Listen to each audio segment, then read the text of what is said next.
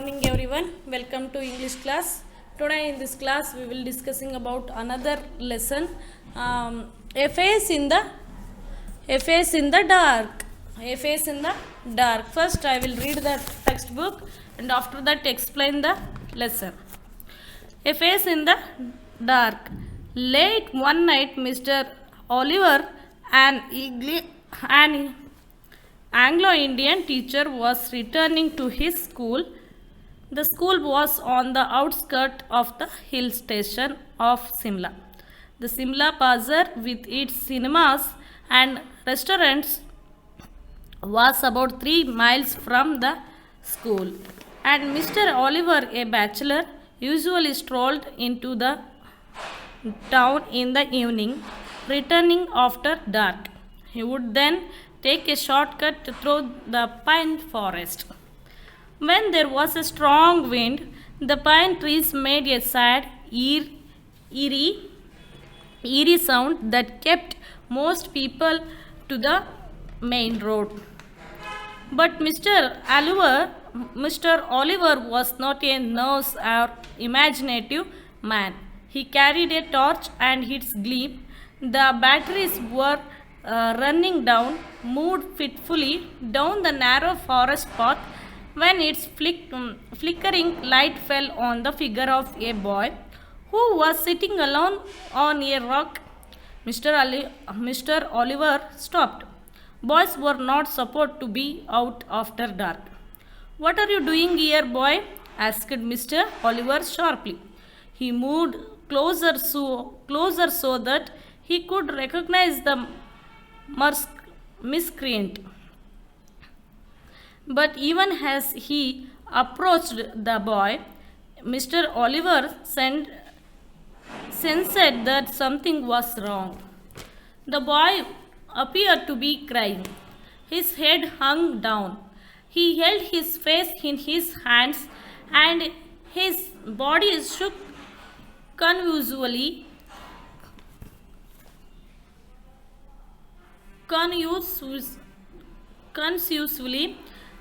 It was a strange, soundless weeping, and Mr. Oliver felt distinctly uneasy. "Well, what's the matter?" he asked, his anger giving way to concern. What are you crying for, you?" The boy would not answer or look up. His body continued to be rocked with silent sobbing. "Come on, boy, you should not be out here at this hour. Tell me the trouble. Look up." The boy looked up. He took his hands from his face and looked up at his teacher. The light from Mr. Oliver's torch fell on the boy's face, if you could call it a face. It had no eyes, ears, nose, or mouth. It was just a round, smooth head with a school cap on top of it. And that's where the story should end.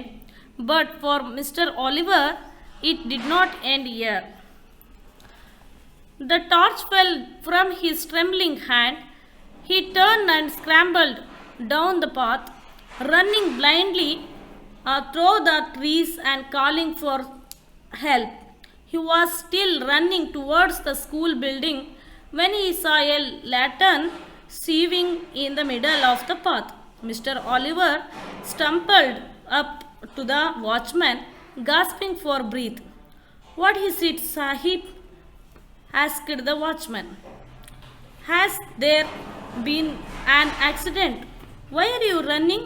"I saw something horrible, a boy weeping in the forest, and he had no face." "No face, Sahib. No eyes, no mouth, nose, mouth, nothing." "Do you mean it? It was like this, Sahib?" asked the watchman, and raised the lamp his own face. The watchman had no eyes, no ears, no features at all, not even an eyebrow, and that's when wind blew the lamp out. Ruskin Bond. Children, ಇದನ್ನು ಒಂದು ಭಯಾನಕವಾದಂತಹ ಒಂದು ಕತೆ, ಒಂದು ರೀತಿ ಆದಂತಹ ಅಂದರೆ mystery ಆಗಿರುವಂತಹ ರಹಸ್ಯವಾಗಿರುವಂತಹ ಒಂದು ಸ್ಟೋರಿ ಅಂತ ಹೇಳ್ಬೋದು. A face in the dark, a face in the dark ಅಂದರೆ ಕತ್ತಲೆಯಲ್ಲಿನ ಮುಖ, ಕತ್ತಲೆಯಲ್ಲಿ ಮುಖ. A face in the dark. Late one night ಅಂದರೆ ತುಂಬ ತಡರಾತ್ರಿಯಲ್ಲಿ mister Oliver an Anglo Indian teacher. Mister Oliver he was the teacher and Anglo-Indian teacher. Anglo ಭಾರತದ ಅನ್ನುವಂತಹ ಒಂದು ಶಾಲೆಯ ಶಿಕ್ಷಕ ಮಿಸ್ಟರ್ ಆಲಿವರ್ ಆಗಿರ್ತಾರೆ. Was returning to his school. ಆತ ಸ್ಕೂಲಿಂದ ಮನೆಗೆ ರಿಟರ್ನ್ ಆಗ್ತಾ ಇರ್ತಾರೆ. The school was on the outskirts of the hill station of Simla. Simla ಅನ್ನುವಂತಹ ಒಂದು ಪ್ಲೇಸ್, ಹಿಮಾಚಲ್ ಪ್ರದೇಶ ಆ ಕಡೆ ಸೈಡಲ್ಲಿ ಕಂಡುಬರುವಂತಹ ಒಂದು place Simla. So hill station of Simla, Simla ಪ್ರದೇಶದ ಗುಡ್ಡ ಬೆಟ್ಟಗಳ ಹಿಲ್ ಸ್ಟೇಷನ್, ಆ ಪರ್ವತಗಳ ಸ್ಥಳದಿಂದ ಹೊರಗೆ ಒಂದು ಸುಮಾರು ಸ್ವಲ್ಪ ಹೊರಗೆ ಸ್ಕೂಲ್ ಇದೆ. The school was on the outskirts of the hill station of Simla. Outskirt of the hill station of Simla, ಸಿಮ್ಲಾದ ಪರ್ವತಗಳ ಇಂದ ಸ್ವಲ್ಪ ದೂರದಲ್ಲೇ ಏನು the school was on the outskirts. ಆ ಸಿಮ್ಲಾದ ಹಿಲ್ ಸ್ಟೇಷನ್ ಇರುವಂತಹ ಸಿಮ್ಲಾದಿಂದ ಸ್ವಲ್ಪ ದೂರದಲ್ಲೇ ಸ್ಕೂಲ್ ಇತ್ತು. The school was on the outskirts of the hill station of Simla. Simla ಪರ್ವತಗಳ ಸ್ವಲ್ಪ ದೂರದಲ್ಲೇ ಆ ಸ್ಕೂಲು ಇತ್ತು. The Simla bazaar with its cinemas and restaurants was about 3 miles from the school.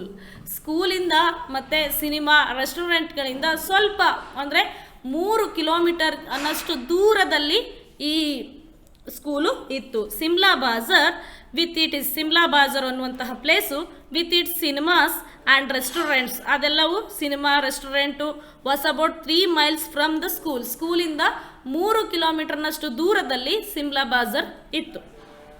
And mister Oliver a bachelor. Bachelor means ಆತ ಸ್ನಾತಕೋತ್ತರ ಪದವಿಯನ್ನು ಪಡೆದಿರುವಂತಹ ವ್ಯಕ್ತಿ, ಮತ್ತು ಆತ ಮದುವೆ ಆಗದೆ ಇರುವಂಥ ಒಬ್ಬ ವ್ಯಕ್ತಿ ಅಂತ ಕಾಣೋಣ.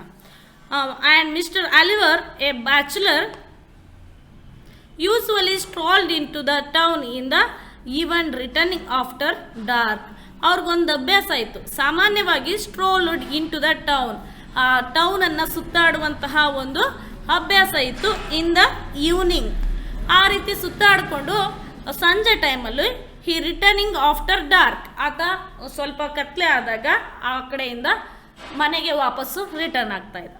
ಹಿ would then take a short cut through the pine forest. So ಅಲ್ಲಿ ಒಂದು ಪೈನ್ ಫಾರೆಸ್ಟ್ ಅಂತ ಇತ್ತು. He would then taken a short cut through the pine forest. ಆ ಪೈನ್ ಫಾರೆಸ್ಟ್ ಒಳಗಡೆ ಹೋಗೋದ್ರಿಂದ ಒಂದು ಶಾರ್ಟ್ ಕಟ್ ರೂಟ್ ಸಿಗ್ತಾ ಇತ್ತು, ಅದರಿಂದ ಆತ ಬೇಗ ಮನೆಗೆ ಸೇರಬಹುದು ಅಂತ ಹೇಳಿ he take a short cut through the pine ಫಾರೆಸ್ಟ್ನ ಶಾರ್ಟ್ ಕಟ್ ರೂಟನ್ನು ಆತ ತಗೋತಾನೆ, ಆ ಕಡೆಯಿಂದ ಹೋಗ್ತಾನೆ, ಪೈನ್ ಫಾರೆಸ್ಟ್ ಕಡೆ ಹೋಗ್ತಾ ಇರ್ತಾನೆ. When there was a strong wind, ಆವಾಗ ತುಂಬ ಸ್ಟ್ರಾಂಗ್ ವಿಂಡ್ ಮೀನ್ಸ್ ಜೋರಾದ ಗಾಳಿ ಬೀಸ್ತಾ ಇದೆ. When there was a strong wind, ಜೋರಾದಂತಹ ಗಾಳಿ ಬೀಸ್ತಾ ಇರುವಾಗ the pine trees made a sad. ಆ ಪೈನ್ ಫಾರೆಸ್ಟಲ್ಲಿ ಇದ್ದಂತಹ pine trees made a sad, ಒಂಥರ ದುಃಖಕರವಾಗಿ ಅಳುವಂತಹ ಅನ್ನುವಂತಹ ಸೌಂಡು, ಅಂತಂತ ಅನ್ನೋ ಥರ ಸೌಂಡೆಲ್ಲ ಕೇಳಿಸ್ತಿರುತ್ತಲ್ಲ, ಆ ಥರ ಇರಿ ಸೌಂಡ್ ಅಂದರೆ ಹಾರಿಬಲ್ ಮೀನ್ಸ್ ಭಯಾನಕವಾದಂತಹ ಸೌಂಡು. ಜೋರಾಗಿ ಗಾಳಿ ಬೀಸಿದಾಗ ಒಂದು ಮರ ಇನ್ನೊಂದು ಮರ ಅದು ಟಚ್ ಆದಾಗಲೋ ಅಥವಾ ಅವುಗಳು ಬಾಗುವಾಗ ಏಳುವಾಗ ಒಂಥರ made a sad eerie sound, ಭಯಾನಕವಾದಂತಹ ಟೆರಿಬಲ್ ಸೌಂಡು ಅಲ್ಲೇ ಆಗ್ತಾ ಇತ್ತು. That kept most people to the main road. ಹಾಗಾಗಿ ಎಲ್ಲ ಪೀಪಲ್ ಕೂಡ ಅವರು ಪೈನ್ ಫಾರೆಸ್ಟು ಶಾರ್ಟ್ ಕಟ್ ರೂಟಲ್ಲಿ ಹೋಗದೆ ಎಲ್ಲರೂ ಆ ಮೇನ್ ರೋಡಲ್ಲೇ ಅವರು ಓಡಾಡ್ತಾ ಇರ್ತಾರೆ. ಬಟ್ ಆಲಿವರ್ ಅಂದರೆ mister Oliver would then taken a short cut through the pine ಫಾರೆಸ್ಟ್ನಲ್ಲಿ ಶಾರ್ಟ್ ಕಟ್ ರೂಟನ್ನು ಇವರು ತಗೊಂಡಿದ್ದಾರೆ. But mister Oliver was not a nervous. ಆದರೆ ಅವರು ಭಯಪಡುವಂತಹ ನಡುಗುವಂತಹ ವ್ಯಕ್ತಿ ಅಲ್ಲ. ಆರ್ ಇಮ್ಯಾಜಿನೇಟಿವ್ ಮ್ಯಾನ್, ಕಾಲ್ಪನಿಕವಾಗಿ ಯೋಚನೆ ಮಾಡ್ಕೊಂಡು ಏನೇನೋ ಇದೆ ಅಂತ ಯೋಚನೆ ಮಾಡ್ಕೊಳ್ಳೋಂತಹ ವ್ಯಕ್ತಿ ಅಲ್ಲ.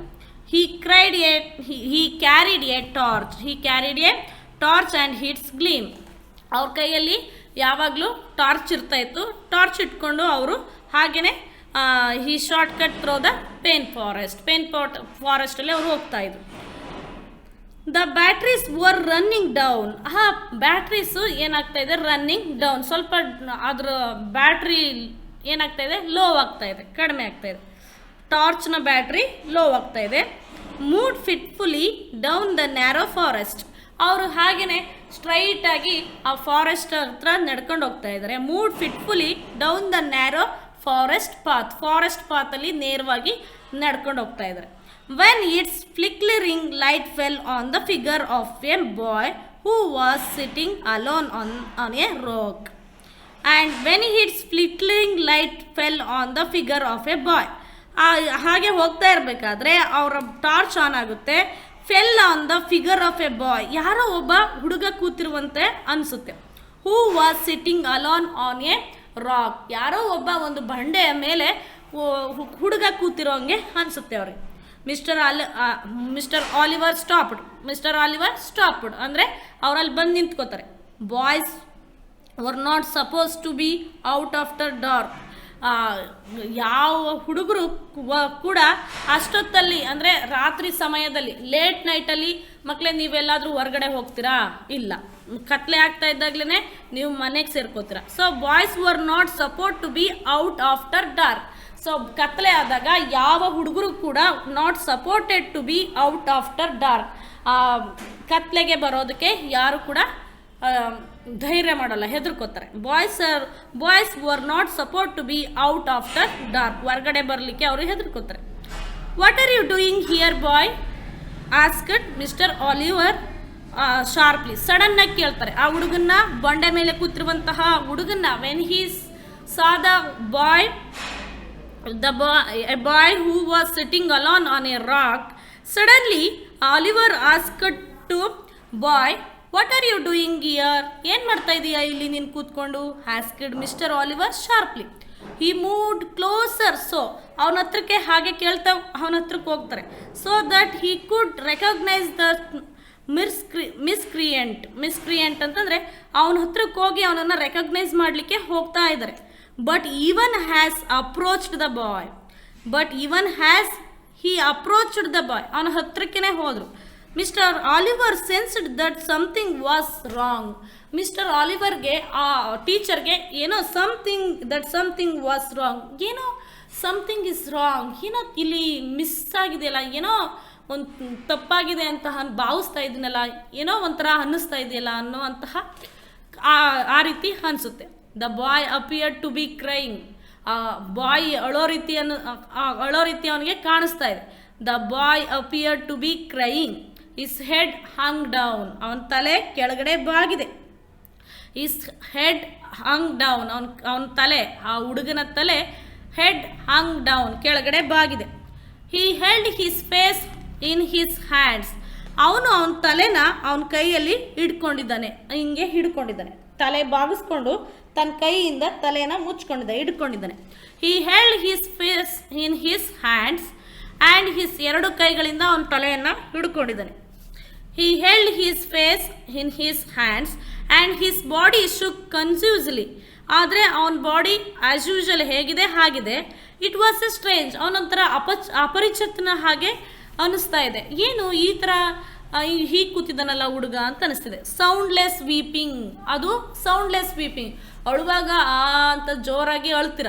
ಆದರೆ ಈ ಹುಡುಗ ಸೌಂಡ್ಲೆಸ್ ವೀಪಿಂಗ್ ಅಂದರೆ ಶಬ್ದ ಮಾಡ್ದೇ ಅವನು ಅಳ್ತಾ ಇದ್ದಾನೆ. Soundless weeping. And mister Oliver felt distinctly uneasy. ಆತನಿಗೆ ಸರಿಯಾಗಿ ಏನಾಗ್ತಾ ಇದೆ ಅಂತ ಕಂಡುಹಿಡಲಿಕ್ಕೆ ಸ್ವಲ್ಪ ಕಷ್ಟ ಆಗುತ್ತೆ.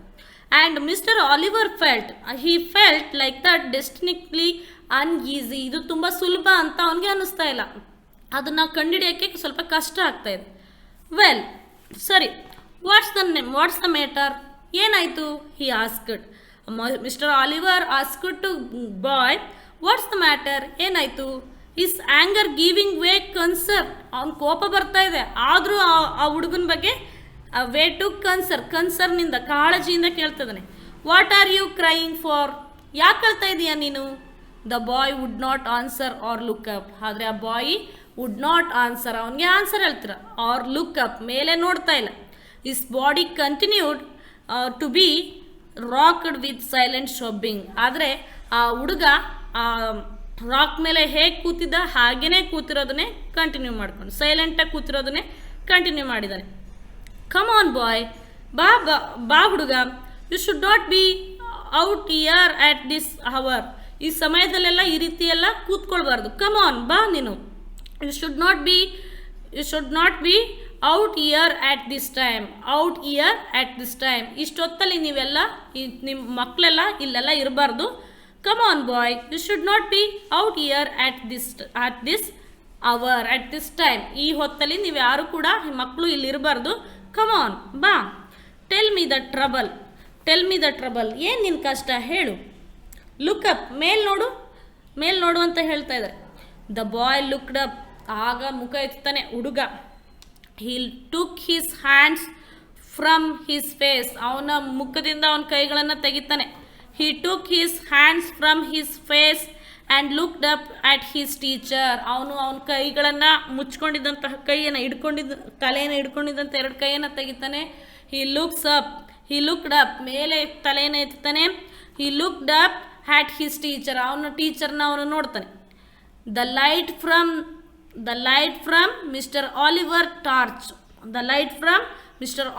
Torch fell on the boy's face, ಆಗ ಮಿಸ್ಟರ್ ಆಲಿವರು ಅವನ ಬ್ಯಾಟ್ರಿನ ಹುಡುಗನ ಮುಖದ ಕಡೆಗೆ ಹಾಕ್ತಾರೆ. Mister Oliver torch fell on the boy's face.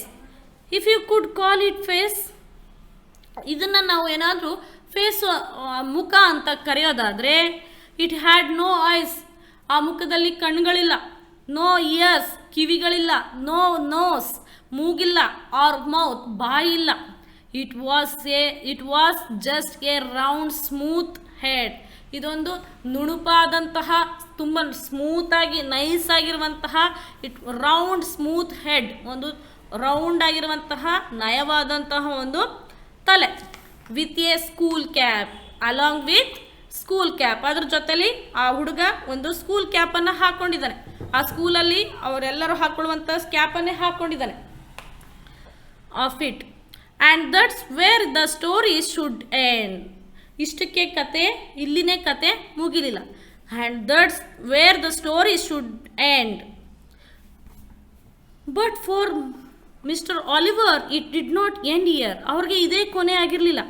The torch fell from his trembling hand, ಅವನು ಇದ್ದಕ್ಕಿದ್ದಾಗಲೇ ಹೆದರ್ಕೊಂಡು the torch fell from his trembling hand, ಅವನು ನಡುಕ್ತಾ ಇರುವಂತಹ ಕೈಗಳಿಂದ ಅವನ ಟಾರ್ಚು ಕೆಳಗಡೆ ಬಿದ್ದೋಗುತ್ತೆ.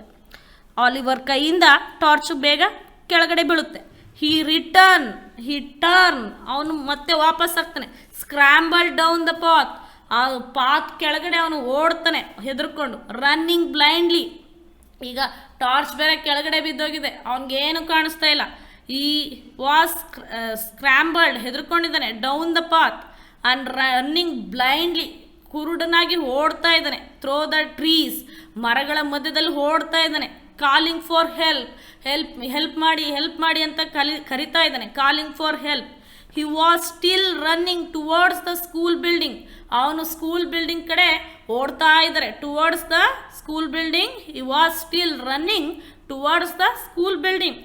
When he saw a lantern swinging in the middle of the path, ಓಡ್ತಾ ಇರಬೇಕಾದ್ರೆ ಮಿಡಲ್ ಆಫ್ ಪಾತ್, ಆ ದಾರಿಯ ಮಧ್ಯದಲ್ಲಿ ಯಾರೋ ಲ್ಯಾಟರ್ನ ಹಿಡ್ಕೊಂಡು ಬರ್ತಾ ಇದ್ದಾರೆ, ದೀಪವನ್ನು ಹಿಡ್ಕೊಂಡು ಬರ್ತಾ ಇದ್ದಾರೆ.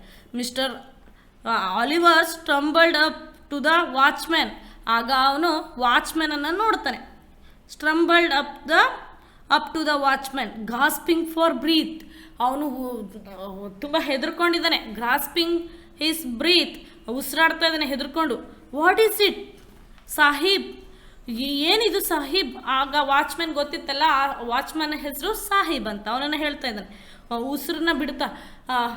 ಎದುಸರನ್ನ ಬಿಡ್ತಾ ಹೇಳ್ತಾ ಇದ್ದಾನೆ, ವಾಟ್ ಈಸ್ ಇಟ್ ಸಾಹಿಬ್, ಇದೇನಿದು ಸಾಹಿಬ್, asked the watchman. Has there been an accident, ಇದೇನು ಅಪಘಾತ, ಇದೇನು ಅಪಾಯ ಅಂತ ಕೇಳ್ತಿದ್ದಾನೆ. ವೈ ಆರ್ ಯು ರನ್ನಿಂಗ್, ನೀವು ಯಾಕೆ ಓಡಿ ಬರ್ತಾ ಇದ್ದೀರಾ?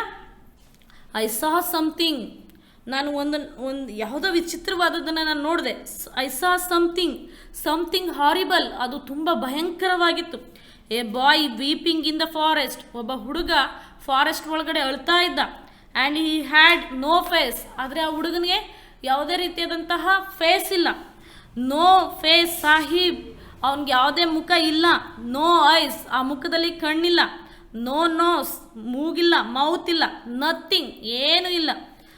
Do you mean it was like ಈ ಸಾಹಿಬ್, ಇದರ ಅರ್ಥ ಏನು ಸಾಹಿಬ್, ಏನು ಸಾಹಿಬ್ ಅಂತ ಕೇಳ್ತಾ ಇದ್ದೆ. Asked the watchman and raised the lamp, ಅವನು ಲ್ಯಾಂಪನ್ನು ಮೇಲೆ ತೆಗೆದ watchman to his own face, ಅವನ ಮುಖದ ಕಡೆಗಡೆ, ಅವನ ಮುಖದ ಮೇಲೆ, ಮುಖದ ಹತ್ತಿರಕ್ಕೆ ಅವನು ಲ್ಯಾಂಪನ್ನು ಮೇಲೆ ಎತ್ತದ.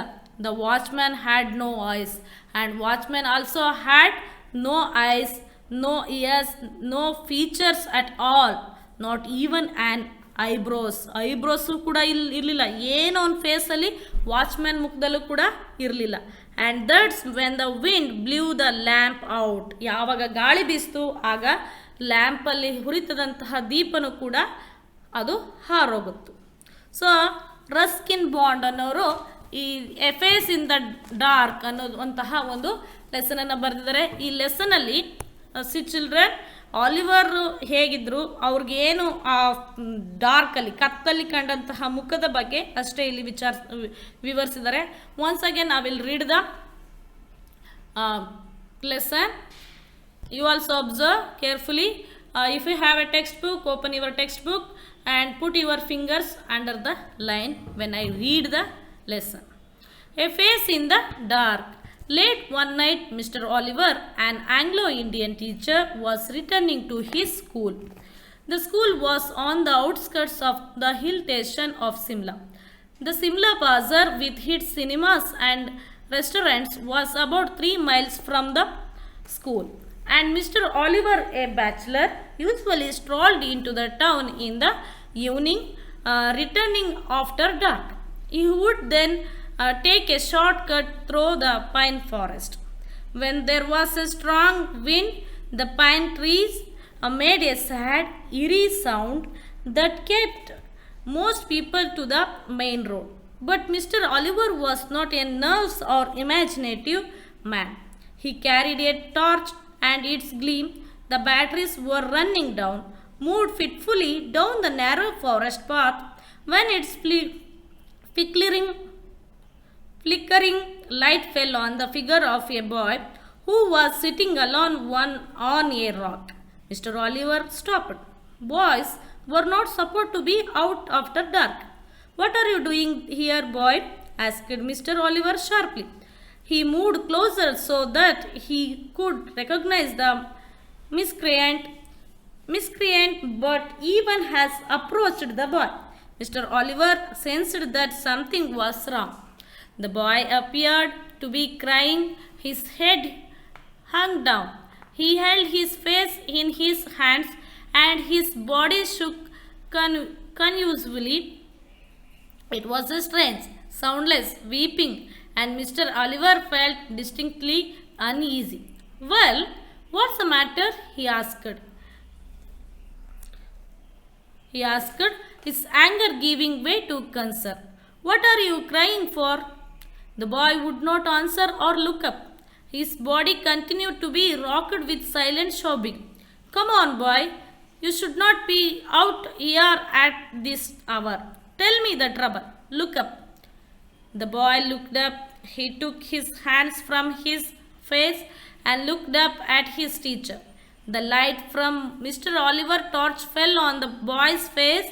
If you could call it a face, it had no eyes, ears, nose or mouth.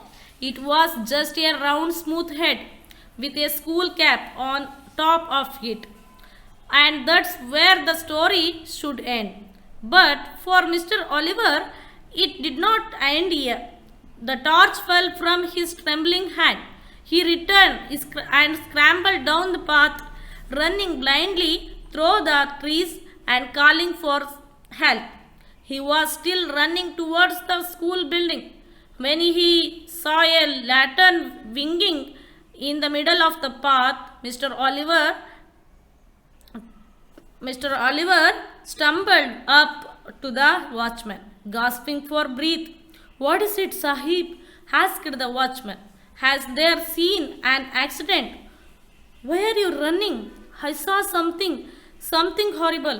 A boy weeping in the forest, and he had no face." "No face, Sahib? No eyes, nose, mouth, nothing." "Do you mean it was like this, Sahib?" asked the watchman and raised the lamp to his own face. The watchman had no eyes, no ears, no features at all, not even an eyebrow. And that's when the wind blew the lamp out. Ruskin born. Okay, children. Thank you. You also read at your home 2 or 3 times and write one time full page, full lesson in your homework. Thank you.